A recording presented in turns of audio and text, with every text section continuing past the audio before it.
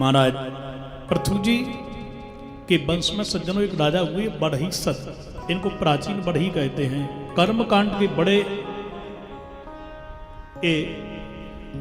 निष्ठा से करने वाले साधक हैं, खूब यज्ञ करते हैं और पूरी धरती को कुशाओं से आच्छादित कर दिया।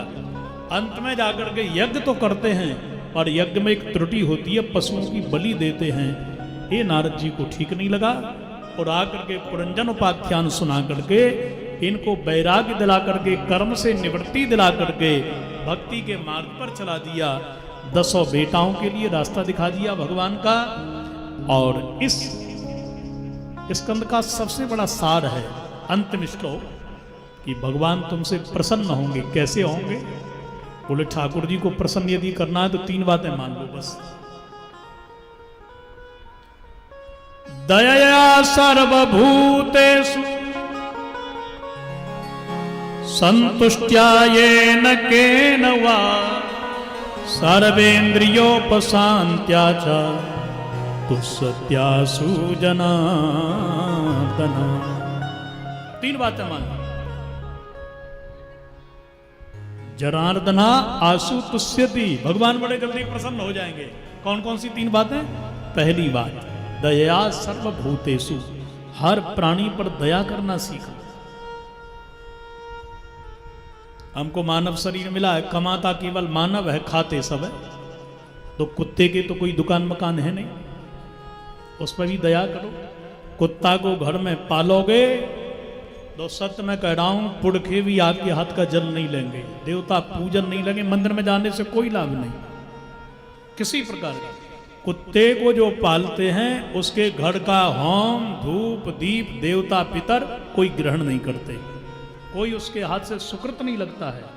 जिस घर में कुत्ता रहता है, आप ये सीधी भाषा में समझ लीजिए, मैं नहीं कह रहा हूं, ये महाभारत में लिखा है। आप लोग बाथरूम जाकर के निवृत्त होते हैं, हम तो बोलो स्नान करते हैं कि नहीं के? और तुम्हारे कुत्ता स्नान करता है कभी? तुम्हारे बेड पे भी बैठता है, सोफा पे भी बैठता है, तो हम में उसमें क्या अंतर रहा भाई? वो बड़े जल्दी प्रवचन देते, तो जीव है जीव, तो जीव तो बराह भगवान भी है, नाली से उठा करके ले जाओ ना, मंदिर में बैठाओ, वो भी तो बराह बने थे। भाव जगत अलग है और व्यवहार जगत अलग है, दोनों पक्ष अलग अलग है। आज सुगर भगवान के लिए, बराह भगवान के लिए प्रणाम करिए, दूर से भाव से कर लो। आप प्रणाम किसी को भी कर सकते हो, चांडाल को, स्वपच को, उसकी अंतरात्मा को प्रणाम करो, पर उसको घर में तो ला करके नहीं बैठा सकते आप। स्थिति इतनी भयानक हो गई, जो गैया घर में पलती थी वो सड़कों पे फिर रही है आवारा, और सड़कों पे जो कुत्ते घूमते थे वो घरों में आकर के बस गए। कितनी स्थिति बिगड़ गई। फलस्वरूप घर के मालिक आज अनाथालय में रह रहे हैं, और अनाथालय के बच्चे कभी कभी आप लोग पाल लेते हो, वो मालिक बन के बैठे हुए हैं। वो वैसा ही रहा है जैसा हम कर रहे हैं। कुत्ता को आप रोटी खिलाओ, बड़ी अच्छी बात है। कुत्ता के लिए आप बिस्किट खिलाइए, सवेरे घूमते हुए जाइए, क्योंकि हमने कमाया है। चींटी को भोजन देना, कुत्ते को देना, बढ़ा को देना, कीट को, पतंग को, सबको देना हमारा कर्तव्य है।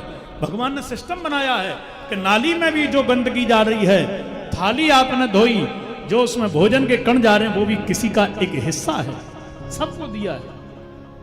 किसी को पत्ते दिए, किसी को तृण दिया, किसी को घास दिया, किसी को फल दिए, किसी को भोजन दिया, सबको दिया है। हमको देना चाहिए। गरीब को भी खिलाओ, हमारा कर्तव्य है कि हम पशुओं को भी खिलाएं, हम पक्षियों को दाना भी डालें, इससे हमारे ग्रह कटते हैं, इससे हमारी कीर्ति बढ़ती है। पर कुत्ता को ला करके घर में बिठा दो, अरे राम राम राम। आजकल ये फैशन बन गया है। तो मैं तो ये कहूंगा कि कुत्ता जो पालते हैं उनके घर का भी पानी पीना किसी वैष्णव के लिए तो सार्थक नहीं है। कोई पाले हो तो भैया बुरा मत मानो, जो मैं कह रहा हूं वो यथार्थ है। इसलिए कुत्ता को रोटी खिलाओ, सेवा करो, पर कुत्ता को कभी मत पालो। कुत्ता को पाल रहे हो तो कोई श्राद्ध की जरूरत नहीं है, कोई आपको हवन की जरूरत नहीं है, कोई आपको कहीं तीर्थ में जाने की जरूरत नहीं है, क्योंकि आपकी वृत्ति में वही समाएगा, इससे कोई लाभ नहीं होगा। गैया को पालो।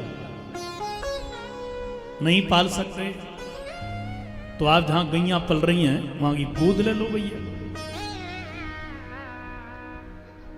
जैसे हमारे पास घर नहीं है और जिनके पास घर नहीं है वो घर में नहीं रहते, क्या किराए से रहते हैं ना, ऐसे ही समझ लो गौशालाओं में जाकर के किराए से जगह ले लो। एक गैया का जो भी भरण पोषण होगा उसका रुपया, उसका दाम हम अदा करेंगे। आप एक वर्ष करके देख लीजिए, क्योंकि गैया में हनुमान जी हैं, गैया में ब्रह्मा जी हैं, गैया में ही शंकर भगवान हैं, गैया में ही विष्णु भगवान हैं, गैया में ही तुम्हारी काली मैया है, गैया में गणेश जी, सब देवता हैं। गैया को घास खिला दिया माने सारे देवताओं को आपने भोजन करवा दिया। इसलिए पूजा अलग अलग है ना सभी की, 8 प्रकार की मूर्ति की पूजा है। गैया को तिलक की जरूरत नहीं, गैया को माला की जरूरत नहीं, गैया को आरती की जरूरत नहीं है। आप तो हरी घास खिला दो, गैया प्रसन्न हो जाएगी, और गैया प्रसन्न हो गई भगवान प्रसन्न हो गए। तो हर व्यक्ति की पूजा का एक तरीका है। प्रेम से बोलो श्री राधे। आप लोग भी बोला करो जोर से, बोलो बंसी भारे की जोर से बोला करो तो, ठीक है ना। दया सर्वभूतेषु, तो सब प्राणियों पर दया करो, उसको भोजन दो। पक्षियों को दाना डालो, कुत्ता को रोटी खिलाओ, साधुओं को भोजन करवाओ, भिक्षु मिल गए कोई गरीब तो उनको भी कुछ दो, इससे हमारे ग्रह कटते हैं। दूसरी बात, संतुष्टया येन केन हुआ, जो मिल गया उसमें प्रसन्न रहो। देखो भाई, भागवत में 4 क्लास की बात है, कर्म कांड की, ज्ञान कांड की, भक्ति कांड की, वेदांत की। तुम किसके स्टूडेंट हो, तुम किसके उपासक हो, आप अपनी बात को पकड़ लो, दूसरे की छोड़ दो। अध्यापक एक हैं और छात्र बैठे हैं 4 क्लास के, आपका जो सब्जेक्ट आया आप अपनी बात को समझ लो। अनुशासनात्मक रूप है तो बैठना सबको पड़ेगा, इसलिए अपनी बात को पकड़ लो। इसलिए आप जब 60 के हो गए तो असंतुष्ट क्यों हो रहे हो? जो मिल गया पालो। जैसे वस्त्र बहू ले आई पहन लो, नहीं मैं तो 10,000 की साड़ी पहनूंगी, पेंशन मिल रही है, ऐसे थोड़ी पहन लूंगी। तो पेंशन मिल रही है, शरीर तो काम नहीं कर रहा है ना, पड़े पड़े सड़ जाओगे। इसलिए आप बहू बेटा की मति सहमति में ही अपनी मति को मिला दो। बोलो राधे राधे। ठीक है बेटा, जैसा तू देगी, अब मुझे करना भी क्या है, लाजा ही तो बचाना है। तो जो मिल गया वो पाए लो, जो मिल गया वो पहन लो। जैसी संगति मिल गई वैसे रह लो। बच्चों में ठीक है, बच्चे बन जाओ, बूढ़ों में बूढ़े बन जाओ, जवानों में जवान बन जाओ। इसलिए जैसे लोग मिले वही बन जाओ। हर स्थिति में वीआईपी लोग हैं तो बढ़िया तरीके से रहो, गांव के लोग हैं तो हम भी तो गांव के ही हैं भाई, उनमें मिल लो। भगवान द्वारकाधीश जब आते इधर ब्रजवासियों के निकट में तो वैसे ही बन जाते, और राजसी ठाट जब भोगने के लिए राजमंच पर जब जाकर के बैठते तो वही रूप होता था उनका। इसलिए आप जैसी देश काल परिस्थिति है वैसा ढलना मिलना सीख लो। प्रेम से बोलो श्री राधे। संतुष्टया येन केनवा, जो मिल गया उसमें संतुष्ट रहना प्रारंभ करो। तीसरी बात,